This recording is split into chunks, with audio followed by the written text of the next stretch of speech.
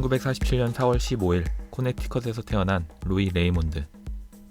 어려서부터 비즈니스에 관심이 많았던 그는 1969년 매사추세츠의 명문사립대 터프츠 대학을 거쳐 캘리포니아 스탠포드 대학에서 MBA 학위를 받습니다. 졸업 후 그는 우연한 기회에 사업 아이템을 포착합니다. 아내에게 예쁜 속옷을 선물하고 싶었던 레이몬드.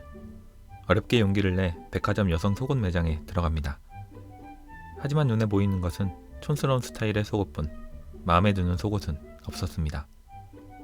여기에 자신을 변태 취급하는 듯 바라보는 여직원의 시선에 레이몬드는 불쾌함을 느끼게 됩니다. 결국 빈손으로 집에 돌아온 그는 주변 친구들을 통해 많은 남성도 자신과 똑같은 경험을 겪었다는 사실을 알아차립니다. 이에 레이몬드는 어떻게 하면 남성들이 연인이나 아내를 위해 여성 속옷 매장에서 불쾌함을 느끼지 않고 쇼핑을 할 수 있을지 고민합니다. 그는 여성 속옷에 대해 8년 가까이 연구했고 마침내 떠올린 아이디어는 영국 빅토리아 시대풍의 부두아였습니다. 상류층 여성의 내실을 뜻하는 부두아는 귀족적이고 세련된 디자인이 특징이었습니다. 레이몬드는 매장을 고급스럽게 갖춰놓으면 여성 직원들이 남성 고객을 변태 취급하듯 바라보지 않을 것이라 생각했습니다. 확신에 찬 그는 빅토리아 스타일의 여성 속옷 매장 오픈을 위해 가족과 은행으로부터 2억 5천만 원씩을 빌려 캘리포니아 팔로알토의 스탠포드 쇼핑몰에 공간을 임대합니다. 1977년 6월 12일 마침내 첫 매장을 오픈하고 빅토리아 시대의 우아함과 옷 속에 숨겨진 비밀을 암시하기 위해 빅토리아 여왕의 이름을 딴 여성 속옷 브랜드 빅토리아 시크릿을 탄생시킵니다. 당시 미국 여성들이 일반적으로 입던 속옷은 내구성이 좋은 기능적인 속옷이었고 화려하고 섹시한 속옷은 신혼여행 첫날 밤이나 결혼기념일 등 특별한 날에만 입는 것으로 인식돼 있었습니다. 상대적으로 낮은 수요 때문에 백화점 내에서도 여성 속옷 매장은 2층 구석으로 밀려나는 경우가 대부분이었습니다. 따라서 레이몬드는 연인이나 아내에게 섹시한 속옷을 선물하려는 남성들을 주요 고객으로 삼고 섹시한 속옷은 특별한 날에만 입는 것이 아니라 일상에서도 즐겨 입을 수 있는 패션의 한 종류라는 것을 인식시키기 위해 노력했습니다. 그의 노력이 빛을 발하며 빅토리아 시크릿은 사업 첫 해 약 30억 원의 매출을 올리며 성공 가도를 달리게 됩니다. 레이몬드는 더 많은 고객을 확보하기 위해 수줍은 남성 고객들이 매장을 방문하지 않고도 집에서 속옷을 구입할 수 있도록 카탈로그를 통한 우편 주문 방식을 도입했습니다. 한 부에 13,000원에 판매하던 카탈로그는 처음에는 반응이 없었으나 레이스가 달린 속옷을 입은 섹시한 여성 모델들을 특징으로 한 12번째 카탈로그가 크게 성공하며 절반 이상의 매출이 카탈로그를 통해 나오게 됩니다. 카탈로그의 성공과 함께 남성 고객들의 만족도를 높여가던 빅토리아 시크릿은 5개의 매장을 더 오픈하며 1982년 연간 매출이 200억 원을 돌파합니다. 하지만 레이몬드가 추구했던 남성들을 위한 매장 컨셉과 카탈로그 판매는 수요 대부분을 차지하는 여성들의 관심을 끌지 못했고 결국 빅토리아 시크릿은 파산 직전까지 내몰리게 됩니다.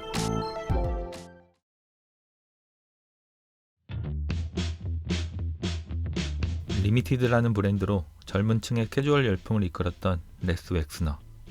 그는 여성들이 평소에 입는 드레스보다 캐주얼한 옷을 입고 싶어 한다는 것을 알아차린 후 1963년 젊은 고객층에 초점을 맞춘 리미티드를 오픈, 6년 뒤 회사를 주식에 상장시키며 1977년 그의 나이 40세에 이미 3천억 원을 벌어들입니다.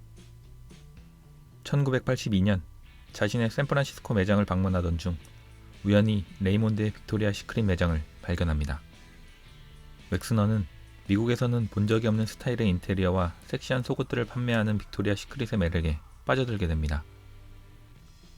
새로 인수할 브랜드를 찾고 있었던 그는 매장을 관찰했고 우아한 속옷에도 불구하고 남성들이 많이 방문하는 탓에 정작 소비자층인 여성들이 매장에 들어가서 쇼핑하는 것을 매우 불편해한다는 사실을 발견했습니다. 빅토리아 시크릿의 회생 가능성을 보았던 웩스너는 레이몬드를 찾아가 회사를 팔라고 설득했지만 레이몬드는 거절했습니다. 하지만 6개월 후 파산 위기에 몰린 레이몬드는 어쩔 수 없이 웩스너를 찾아가 매장을 팔겠다고 얘기합니다. 결국 1982년 빅토리아 시크릿은 현재 우리 돈 약 40억 원에 웩스너에게 인수됩니다. 웩스너는 속옷을 여성들의 자아 표현과 매력 발산 욕구를 충족시키는 요소로 활용하고자 했습니다. 그는 세련된 디자인과 고품질의 속옷을 합리적인 가격에 제공하는 전략을 세웁니다. 매장도 부드럽고 여성스러운 컬러를 사용해 더 밝고 가볍게 바꿔나갔는데 레이몬드가 도입한 카탈로그만은 그대로 두었습니다. 새로운 이미지를 반영하기 위해 보그나 글래모 잡지에서 막 튀어나온 것처럼 보이는 화려한 모델들을 기용했고 미국 주류계층의 주목을 받기 위한 전략으로 카탈로그 발행지 주소를 영국 런던으로 표기했습니다.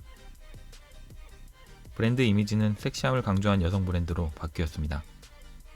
남성들은 매장을 방문하는 대신 섹시한 여성 모델들의 사진으로 가득한 카탈로그에 빠져들었고 여성들은 밝은 분위기의 매장을 방문해 편안한 쇼핑을 즐겼습니다. 여성들의 매장 방문이 증가하면서 속옷뿐만 아니라 의류와 액세서리도 판매할 기회가 생겼습니다. 그 결과 빅토리아 시크릿 인수 10년 만에 매장 수는 전국 350개를 넘어섰고 매출은 3조 원을 돌파하며 미국에서 가장 큰 속옷 브랜드로 자리매김합니다. If you were a young woman and you were going out to buy your lingerie, I mean, it's not that exciting to go to a department store. So it was always great to go into Victoria's Secret and it was an experience. 한편 레이몬드는 빅토리아 시크릿을 웩스너에게 매각하고 받은 돈으로 샌프란시스코에 카탈로그를 겸비한 컴퓨터 게임, 수입 인형 등을 판매하는 고급 아동 소매 매장을 시작합니다. 그러나 부유한 부모만을 타겟으로 한 부실한 마케팅 전략과 열악한 위치 탓에 오픈 2년 만에 부도를 맞게 되고 경제적으로 모든 것을 잃은 그는 사랑하는 아내와도 이혼하게 됩니다. 여기에 자신이 창업한 빅토리아 시크릿의 성공을 옆에서 바라보는 레이몬드의 삶은 서서히 무너져 내리기 시작했습니다. 결국 1993년 8월 26일 2명의 10대 아이를 남겨둔 채 46세의 나이에 금문교에서 뛰어내리며 스스로 생을 마감합니다.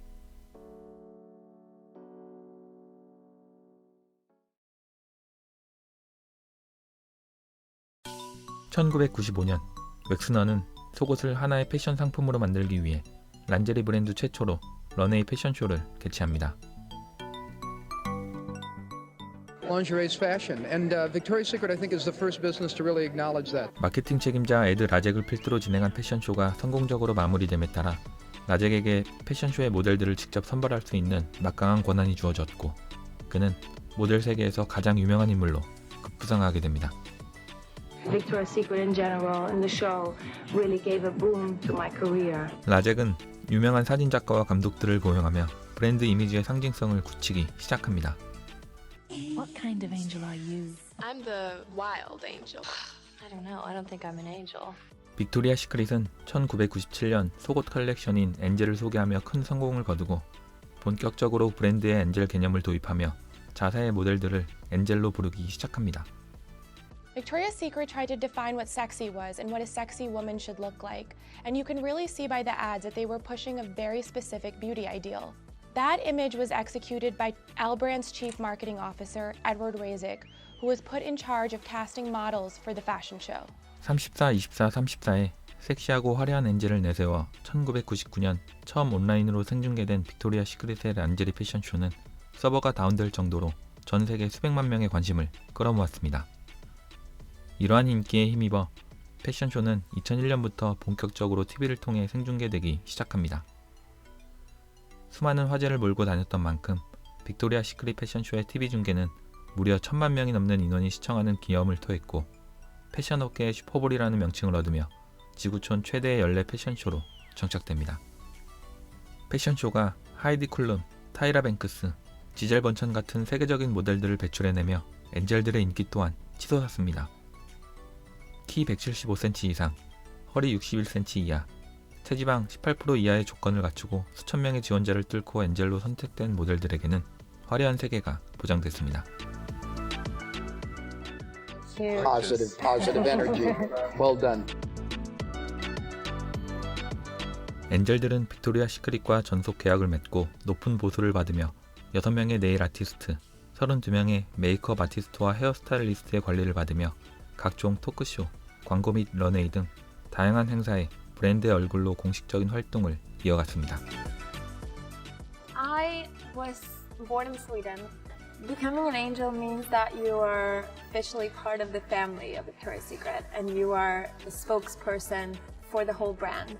That is such a cool thing because one of the biggest, most amazing brands in the world. Being a Victoria's Secret angel is probably the best thing you can do in this industry. You were considered to be the best of the best if you worked for this brand, if you were designing for this brand. 패션쇼는 해가 거듭될수록 더욱 화려해졌습니다. 주얼리 브랜드와의 협업을 통해 매 패션쇼마다 선보인 평균 가격 75억 원의 판타지 브라는 한때 300억 원을 넘어섰고 평균 제작 시간이 100시간 안팎이었던 천사의 날개도 제작 시간이 400시간을 넘어섰습니다. 매회 200억 원이 넘는 예산이 투입된 패션쇼는 당대 최고 뮤지션들의 공연까지 더해지며 빅토리아 시크릿의 런웨이 패션쇼는 많은 사람에게 매년 빼놓을 수 없는 큰 볼거리로 남게 됩니다. 빅토리아 시크릿은 연례 패션쇼의 인기와 함께 수영복, 의류, 신발, 액세서리 등 판매 상품을 다양화했고 인크레더블, 미라클 브라 등의 상품 판매와 10대들을 위한 브랜드 핑크도 론칭하며 사업을 확장해 나갑니다. 2006년 1000개의 매장 수는 1164개로 증가했고 매출은 6조 원에서 10조 원으로 증가하며 폭발적인 성장을 기록합니다.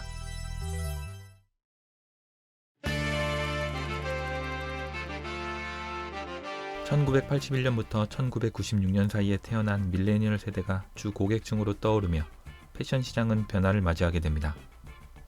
페미니즘 이슈가 대두되면서 예쁘지만 불편한 속옷 대신 언더와이어나 패딩이 없는 단순하고 편안하면서 가격마저 저렴한 브래지어를 선호하는 여성이 늘어나기 시작합니다.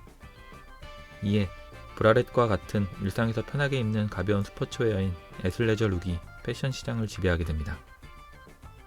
There was a shift in what female consumers wanted from their underwear and what they were willing to pay. Many younger women didn't want to pay $60 anymore for a padded bra that they saw on a supermodel.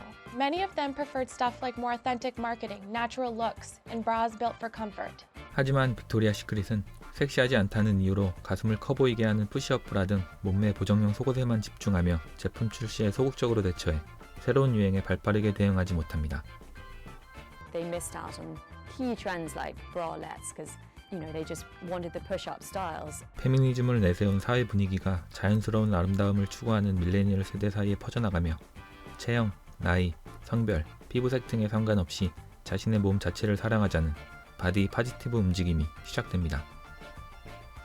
빅토리아 시크릿은 자신의 몸을 사랑하고 자신감을 갖자는 러브 유어 바디 캠페인을 시작합니다. 하지만 화려한 외모와 부자연스럽게 마른 휘글적인 몸매의 모델만을 내세운 빅토리아 시크릿에 밀레니얼 세대들의 반응은 차가웠습니다. Women were looking, thinking, wow, this feels much more relatable. I can see myself in these ad campaigns. I can't see myself in Victoria's Secret. They're not very diverse and you don't get that much representation there, so I'd rather shop somewhere where I can see myself. Like the glamorous, the perfect body, the perfect color. I don't rely to it. 그 사이 현실적인 모델들을 앞세워 실용성을 강조한 속옷 업체들이 속속 등장합니다. 특히 아메리칸 이글의 속옷 브랜드 에어리는 다양한 체격과 인종의 모델들을 기용해 도발적인 포즈와 포토샵 없이 자연스러움을 강조하며 밀레니얼 세대의 큰 지지를 받습니다. 이러한 움직임은 빅토리아 시크릿의 패션쇼에 타격을 미치게 됩니다. 패션쇼가 내세우는 정형화된 아름다움의 기준이 시대 문화적 흐름에 맞지 않는다는 지적과 함께 여성의 성상품화를 부추긴다는 비판이 쏟아졌습니다. 결국 사람들의 외면 속에 시청률은 하락하기 시작했고 매년 약 1000만 명이 시청하던 패션쇼는 2015년 30%의 시청자를 잃으며 내리막길을 걷기 시작합니다.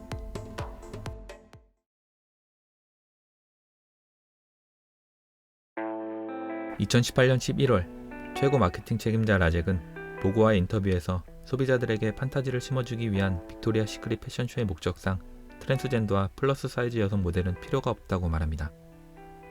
이들은 빅토리아 시크릿이 추구하는 판타지의 표본이 아니며 관객들도 이들을 보는데 흥미가 없다고 주장하며 트랜스젠더와 플러스 사이즈 여성을 아름답지 않은 존재로 묘사해 거센 비난을 받습니다.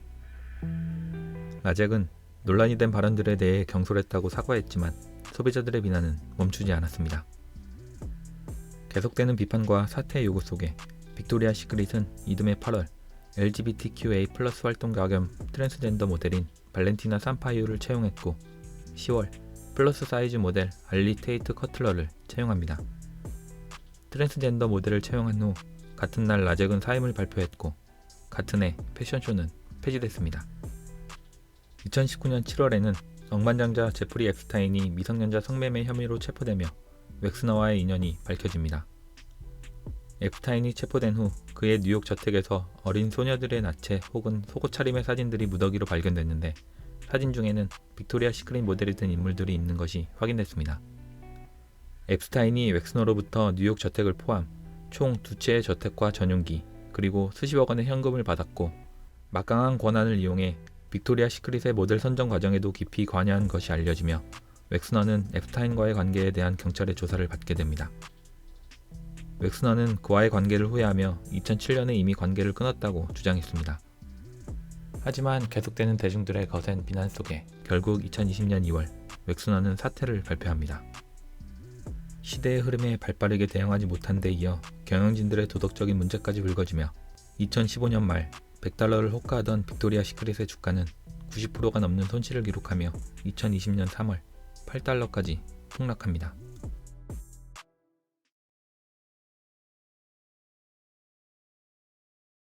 수년간의 비판 속에 빅토리아 시크릿은 마침내 이미지를 쇄신하기로 결정합니다. 2021년 2월 새 CEO 자리에 앉게 된 마틴 워터스는 기존 11명의 이사회 멤버 중 2명에 불과했던 여성 멤버를 의장 포함 6명으로 구성하며 조직 문화의 개편을 알렸습니다.